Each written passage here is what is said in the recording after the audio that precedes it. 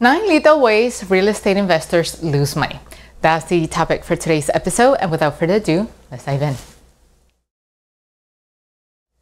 Hello everyone, and welcome back to another episode. For those who are tuning in for the first time, this is your channel for real estate education. And here we are once again with another video of the Lethal Error series or playlist. And in today's episode, we're going to talk about the most common mistakes most real estate investors commit that ends up losing them money. So without further ado, let's just dive straight into the board. So mistake number one, right? What is it that most real estate investors do when they are brand new that is costing them money? And the number one reason is not declaring their rent. Now, I'm sure some of you have seen in prior episodes that I've actually talked about different type of financing, right? So in terms of mortgages, there are two kinds, right? There is the residential ones, and then is the commercial ones. So I've talked about the commercial ones needing LLCs and how the financing is actually based off the income of the property. But if you're applying for a regular or a traditional residential mortgage, chances are you will typically get approved based on the income that you declare in your taxes. So let's say, for example, you made $50,000 a year, right? And I've taught in prior episodes that depending on your FICO score, depending on your debt to income ratio, chances are you are either going to get approved 3 times your income or 4 times your income. If you get approved 3 times the declared income, you are going to get just about $150,000. And then if it's 4 times, we're talking about $200,000, right? That doesn't look bad.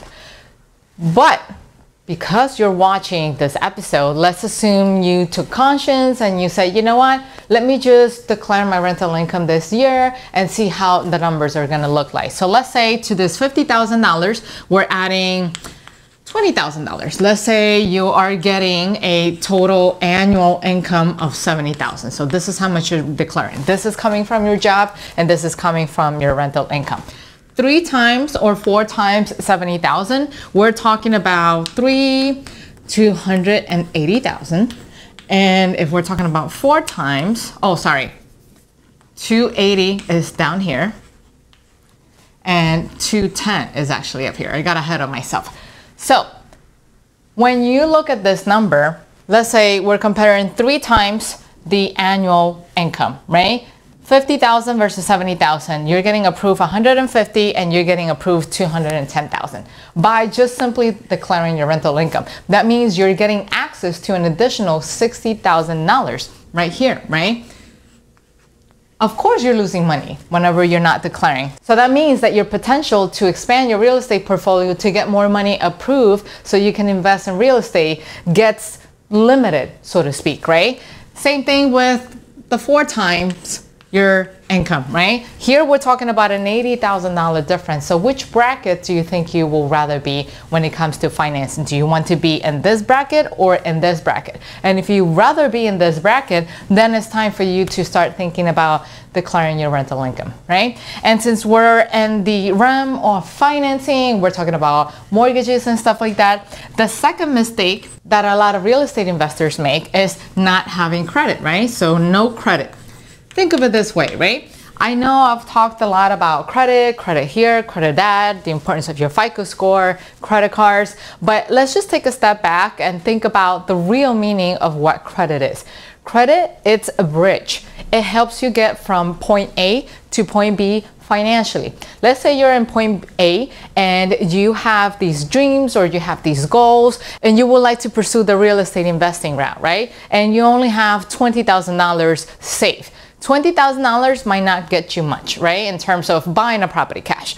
But if you have credit built, right, that $20,000 can be the down payment of a property that is worth $100,000, or depending on the type of mortgages, perhaps even $200,000, right? And now you're bridging that gap. Thanks to the availability of credit, now you have the option to grow exponentially. You can grow a lot faster as if you were to, let's say, just, save money for the next 5, 6, or 10 years, right? You will rather have access to the capital today. And that's something that credit grants you access to. And when you don't have credit, then you're losing money too, because you're not having access to financing. So that's it for credit. Now, number 3. Another reason why real estate investors lose money is by raising rents way too much, right? So you are racking up your rent left and right. And you're probably thinking, well, it doesn't make sense, because if I am increasing rent, that means I'll be making more money.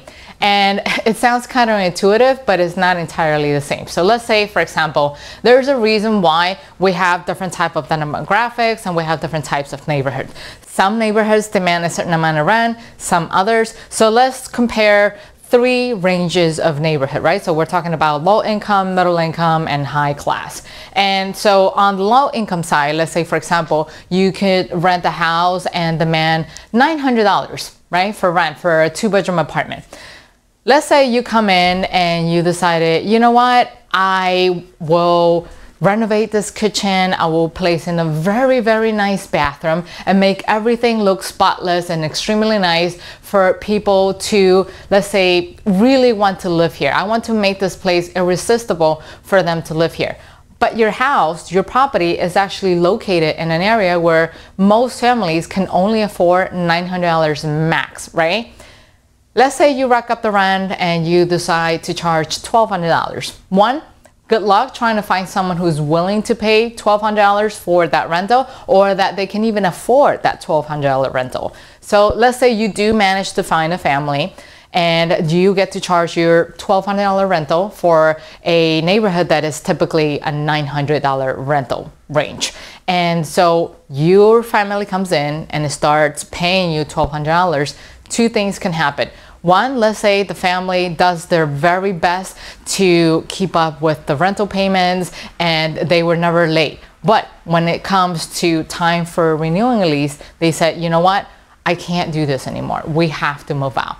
That means now you won't get the chance to renew your rent. Now you're gonna have to pause everything, because as they move out, you need to do a walkthrough, you need to make sure that everything is in place, and you need to make the property rent ready. That means you need to clean it up, you need to put another fresh paint of codes, whatever is it that you need to fix around the house to make it rent ready. Because even though you have a family that is extremely careful, things do get worn out over time. So you're already losing money there because that tenant is not renewing. That means you're going to be left a month or 2 without any income whatsoever. And that means if you have any mortgage, that you're going to have to put money out of your pocket in order to cover that mortgage payment. And so that's on a best case scenario. On a horrible, bad case scenario, your tenant defaults on the payment. They cannot keep up with it. And now you're gonna be faced with a decision to make. Either you lower the rent and you don't recoup that nice investment that you actually made in, and you either have to lower the rent at $900, but then at that point, when you start lowering rent, then you're giving more control to your tenant to negotiate an even lower rate sometime down the road. Or you could just choose to let them default and then having to go through the entire eviction process, which ultimately ends up costing you a lot of money. So always respect the market, always respect the signs that you're getting from the market. Do your market research, do your due diligence, do not over push it just so you can get an extra 50 or a couple of hundred extra per month, when you can potentially lose a good tenant long term and lose thousands of dollars as you're going along with it. Now, reason number 4, and I see this happening a lot in New York, right? Investing in properties with negative cash flow, right? And for those who don't know what cash flow means, it just simply means the money that is left after all expenses are paid, right? So you collect the rent and then you cover the mortgage, you pay for utilities if there's any that is included in the state or in your rental, and let's say property management fees and stuff like that. you have to have some type of money left. Usually my rule of thumb is having at least $100 cash flow at the end after paying everything, including your mortgage.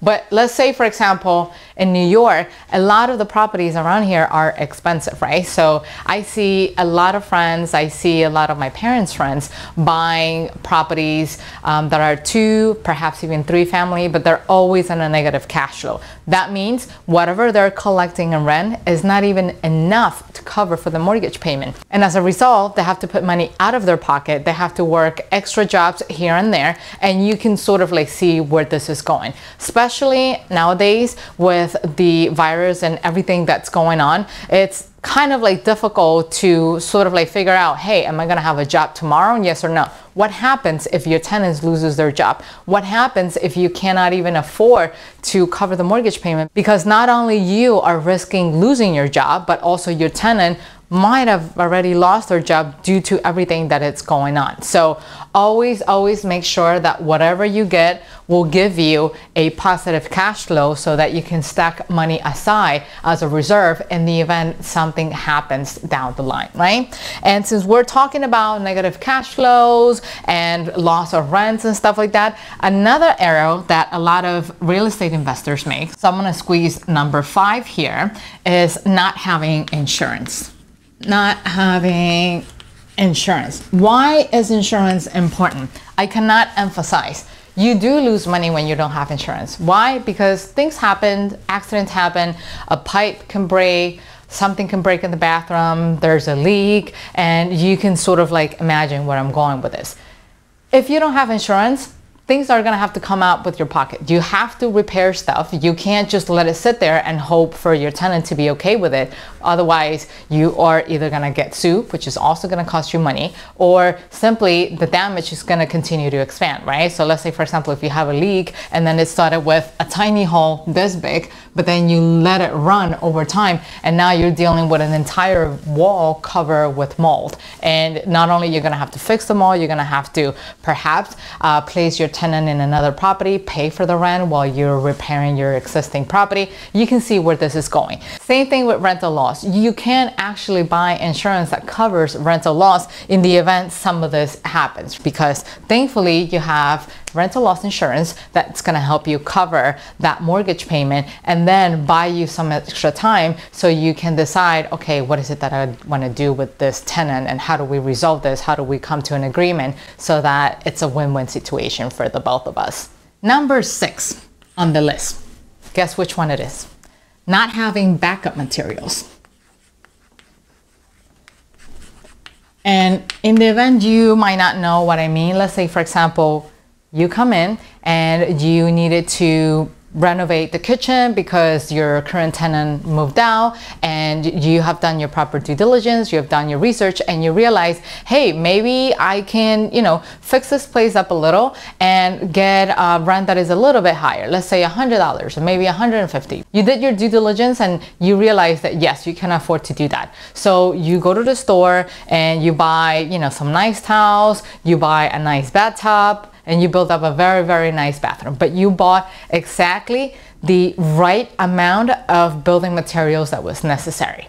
And so you rent it out, and a year or 2 passes by, and let's say your tenant is calling you and say, hey, look at what happened here. One of the tiles on the floor actually broke, and can you come over and fix it? And you're realizing, oh, okay, it's just one tile, it shouldn't be any problem. So you go ahead and you go to the store to try to find the exact same tile, and now you realize that they don't make them anymore. And now you're gonna have to buy something that either looks somewhat similar, but it's pretty obvious that they're not gonna like that because you can tell the difference, or 2, you're gonna have to buy a bunch of tiles to replace the entire floor just so that it all looks the same. And ultimately it winds up costing you even more money, because not only you have to buy more tiles, but you're gonna have to hire somebody who's gonna do the tiling work for you. So definitely keep this one in mind. A lot of people seem to overlook that, but please do not be one of those.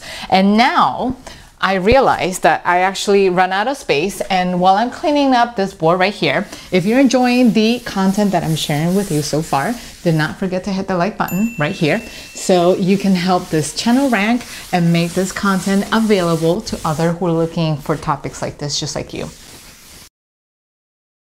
And if you already hit your like, then do not forget to subscribe. Now, number 7, right? What's the other way most real estate investors wind up losing money? Well, we talked about repairs, we talked about insurance, that all becomes part of your operating income. And in order for you to take care of your operating income tax-wise, you need invoices, right? So most people forget to save their invoices and give them to their accountant. This is extremely necessary, and it's very, very important tax-wise. Why? Imagine this. So let's say, for example, you make on average, we were talking about $20,000 in rental revenue, right? And let's say between fixing that bathroom tile and hiring somebody who can come in and put the tile all together and make it look nice, you wind up spending somewhere between $5,000, right? So that $5,000 worth of receipt, it's gonna reduce your taxable income, meaning that now instead of paying taxes on $20,000, you are actually paying taxes on $15,000. And that definitely reduces your taxable income. So you tell me, which one would you rather do? Pay taxes on $15,000 or pay taxes on $20,000, right? Now, the next go around, and it's sort of like related to this, not having an accountant. No accountant. Why having an accountant is very, very important? Because you're not an expert, you are not familiar with the IRS rules. There's a reason why accountants exist, right? Just like Robert Kiyosaki said, it's not so much about the amount of money you make, it's more about how much money you manage to keep in house. This is someone who is a specialist. They specialize in accounting, they specialize in regulation. Make sure that the accountant also does real estate investment, or that they do have a lot of clients, or that they specialize in real estate accounting, because they're gonna make sure that your depreciation is taken care of, your 1031 is taken care of, if you have any coming down the line, and make sure that you look very nice on paper, and that at the same time you look lendable to any institution when it comes time for you to expand your real estate portfolio. And the last one, and this is a funny one that I actually came up with, don't brag, right? There's a reason I talk about LLCs. There's a reason why I talk about asset protection and anonymity, right? You have to look on paper as if you had nothing. And the reason why is because you want to avoid lawsuits. And you have no idea how many people I see going out and about, going and collect rent and say, hey, I'm the owner, I have money, I'm the owner of this house, I have plenty of money. It's like you're walking around with a bunch of signs and arrows pointing at your head saying, sue me, I have a lot of money.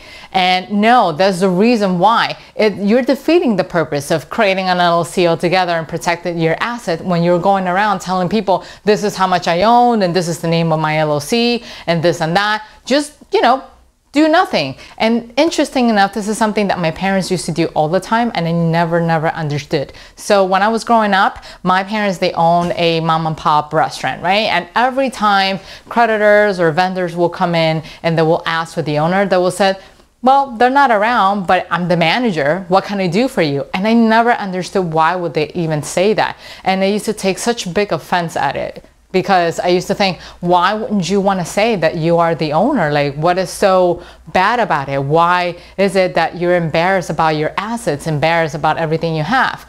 And I never really quite understood at the time. But now that I'm an investor myself and I'm seeing people going around and bragging about it, now it is very, very clear. So that's it. That's all I have for you today. And while I have you here, do not forget to check this episode right here on LLCs. That's going to help you complement everything you just learned today. And until then, I will see you guys next time. Take care. Bye-bye.